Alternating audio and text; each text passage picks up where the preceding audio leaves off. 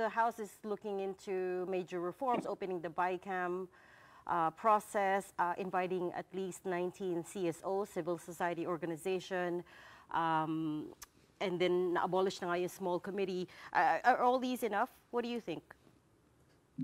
Well, they are compelled to do that to, regain their credibility. Kailangan nilang gawin ngayon yun, and they have to be very transparent. Marami pa. Dapat marami pa silang dapat gawin yan. Unang-una, hindi naman pwedeng porket ginawa na nila yan. Okay na lahat. Ang balikan, o kumbaga ground zero lahat, hindi pwede. May accountability.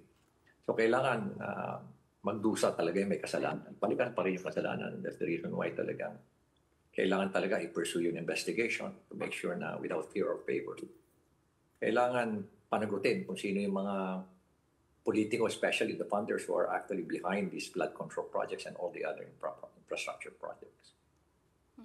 What do you want to see? Who do you want to get called to the hearings?